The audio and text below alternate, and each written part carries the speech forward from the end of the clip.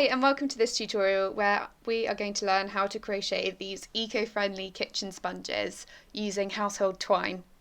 So these crochet cloths are so easy to make, they only take about 20 minutes each, and this tutorial is perfect for beginners because I'm going to take you through slowly step by step. They make amazing gifts, they're machine washable and dryer safe.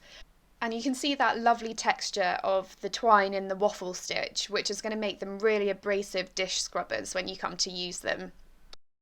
So to make your sponge, you are going to need first of all some household twine. Depending on how scratchy this twine is going to affect how abrasive your sponge is. So the scratchier the better really. Then you need some cotton yarn. I would always recommend getting something that's 100% cotton for this because it will be machine washable and it won't shrink.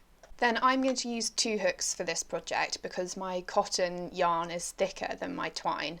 So this 4.5mm hook I'm going to use with the cotton yarn, and the smaller 3.5mm hook I'm going to use with my twine. But you can alter that depending on what size twine you have. Then scissors and your darning needle. So starting with your twine and your 3.5mm hook, first make a slip knot and then chain 20. So to do that, you want to take your hook down and away from you, grab the yarn and pull it through the loop that's already on your hook. And that action of grabbing the yarn is called yarning over. And you're just going to continue to do that until you've got 20 chains in the row, and you can see the chains by the V shape that they make, so you can kind of see that there. So this is going to be the start of that lovely waffle print that you saw at the beginning, and that's going to really help get that abrasive texture, which you'll thank me for when you come to start cleaning your pots and pans with your sponge. So we're nearly there now, 18, 19 and 20. And then we are just going to chain 2 more. They're not going to form part of the actual stitch, so we're not going to crochet into them, but they help keep the edges nice and straight so that you don't get wibbly wobbly edges. So I like to turn the chain over and work into the back posts, so that one strand in between the 2 V's. And you're going to skip the first 2 chains of the row and work into the 3rd stitch from your loop and put a double crochet into that first stitch. So yarn over, insert your hook into the back post, yarn over again and pull through, yarn over, pull through 2 of the loops on your hook and yarn over and pull through the final 2. And you just want to repeat this by putting a double crochet into every stitch along this row. And just continue working into the back posts if you are like I am, or if not, just work consistently along the row. So if you're inserting your hook into one of the prongs of the V's, then just continue doing that all the way along the row. And hopefully that's quite straightforward, so I'm just going to speed the rest of this row up for you. But as always, if you have any questions, please drop them in the comments and I can get back to you and try and answer them for you. You'll probably actually find that working with twine takes a bit of getting used to because it just doesn't have as much give as normal thread. So I'd be interested if you find that too. So this is the end of the 2nd row, and now you just want to chain 2 and turn your work. And then as we did before, we're working into the 3rd chain from the hook, which is really the first stitch of the row. And you're just placing a normal double crochet in there. And then in the 2nd chain, as before, a normal double crochet in there, and excuse the messy yarn. And then in the 3rd stitch, we're doing a front post double crochet. So instead of inserting our hook into the V as we would normally do for a double crochet, we're actually inserting our hook in the space around the double crochet of the previous round. And then the rest of the stitch is just like a normal double crochet. And when you're doing a front post double crochet, you just want to make sure that when you're working into the next stitch, you are just missing that V and working into the next V. So now we're doing a normal double crochet and we're skipping one V and working into the next one, and then another double crochet. So the pattern is double crochet, and then front post double crochet. So again, we're working into those 2 gaps either side of the previous rounds. Double crochet stitch, and then skipping the V that sits behind that front post double crochet, you're just going to continue working in the pattern of double crochet, double crochet,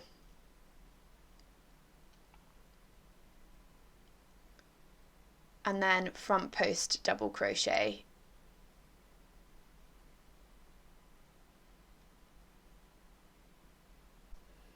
And we're just going to repeat that pattern all the way along the row. And the other thing that I love about these crochet cloths is that when they come to the end of their life, they are fabric recyclable and compostable. So they're completely zero waste from start to finish.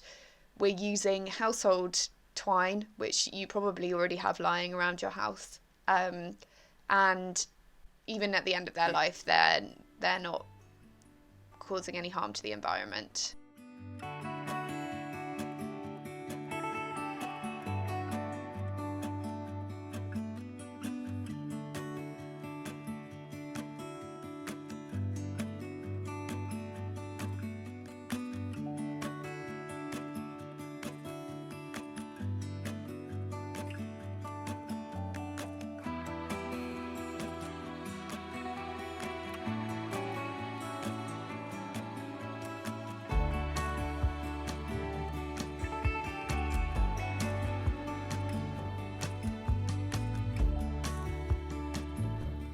So this is the last front post double crochet of the row. And then the last stitch in the row is a double crochet, and we always, no matter what the pattern is, we would always put a double crochet at either end. So the first and last stitch should always be a double crochet, and this is just to keep it secure. So, and that's the end of the 3rd round, and you can see the waffle pattern is actually starting to form there. So you want to chain 2 and turn your work. And the first stitch in every round is always a double crochet, as I just mentioned. So we're going to put a double crochet in the first stitch of the row, ignoring those 2 chain stitches that we just did. And then the pattern is 1 normal double crochet and 2 front post double crochet. So the normal double crochet is the first, and then it's followed by 2 front post double crochet in the next 2 stitches. So you'll see again we're working around the double crochet of the previous round, and then 1 more front post double crochet to finish that 3-stitch configuration. And then we are just going to repeat that 3-stitch configuration all the way to the end, making sure that, as always, that final stitch in the round is a double crochet. And as you work along the row, it should become obvious which stitches should have the front post double crochet in them, because they're the stitches that are sitting forward of the row, and then that 1 stitch that should have the normal double crochet in is the stitch that's sitting further back of the row. So hopefully you can see that as you're working along your row.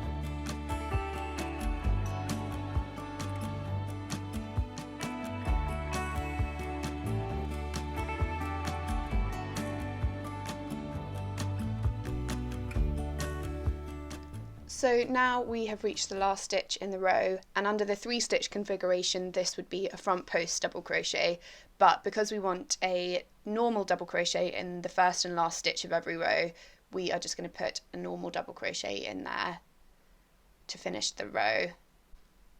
And you can start to see that waffle print. So chain 2 and turn your work for the next row. And then we're just going to continue working and repeat row 3. So here you can see that you want to put a double crochet and then a front post double crochet here, and then just continue that 3-stitch configuration of double crochet, front post double crochet, and carry on all the way to the end of the row.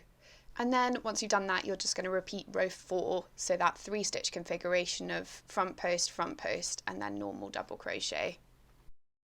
And once you've done that, you should end up with something that looks a bit like this. So you can see that lovely waffle print, and you are just going to fasten off the ends by cutting the yarn and pulling your yarn through that loop.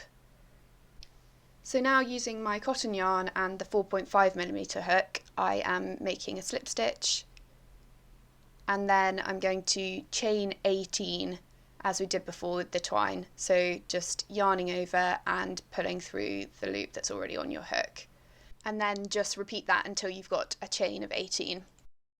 So the cotton yarn is a much simpler pattern, so the hard bit is done now. And then I've now got 18 chains, and I'm just going to chain 2 more like we did before, and then turn my work. And again, I'm working into the 3rd chain from my hook, and I like to work into the back posts again because I just find it's easier when you're fastening off. So I'm just going to place a double crochet into the 3rd chain from my hook. So yarn over, insert your hook, yarn over, pull through, yarn over, pull through 2 loops, and yarn over and pull through the final 2 loops. And I'm just going to continue working a double crochet into each back post stitch. And I will speed this section up for you, but like I say, we are just working 1 double crochet into every single stitch along the row. And of course, if you have any questions, please drop them in the comments and I will do my best to answer them. Or if you have any suggestions or any specific tutorials you'd like me to do, then drop them in the comments too. I'd love to hear them.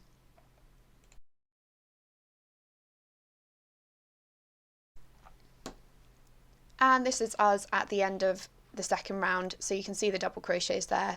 And as before, we are just going to chain 2 and turn our work, and then just continue working double crochets into each stitch along for as many rows as it takes to get the same size rectangle as your twine. So for me, that was the same number of rows, 6 rows, and you can see I've got 2 similar size rectangles.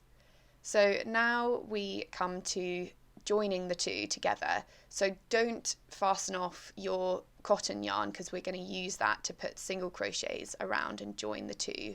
So you simply want to insert your hook into both the twine and the cotton, and then yarn over, pull through, yarn over, pull through. So you're just working single crochets around the edge of the 2 rectangles to join them. And it's not an exact science, but you just want to try and be as consistent as possible about where you're inserting your hook, so how far into the twine and the cotton you're inserting your hook, and also the spacing between the single crochets, because that will just make it look more even and more professional. So just keep working your single crochets all the way around the edge, and like I said before, these make amazing gifts for people who are interested in sustainable living, and they're so quick to make, they're actually really addictive. So this is the end, and you just want to put a slip stitch in to fasten it off, then chain 1, and you can just cut that cotton yarn and pull it through. And hopefully, if you've been able to weave in your ends as you go along, that makes life a bit easier, so you only really have one end now just to weave in, and just use your darning needle to insert that and pull it through the cotton. And then once you've done that, you can just cut that loose end now and that is your scrubbing brush. I just think these are so cute. I absolutely love them, and I hope you enjoyed making them as much as I did. So please give this video a like if you did, and don't forget to subscribe for more crochet tutorials.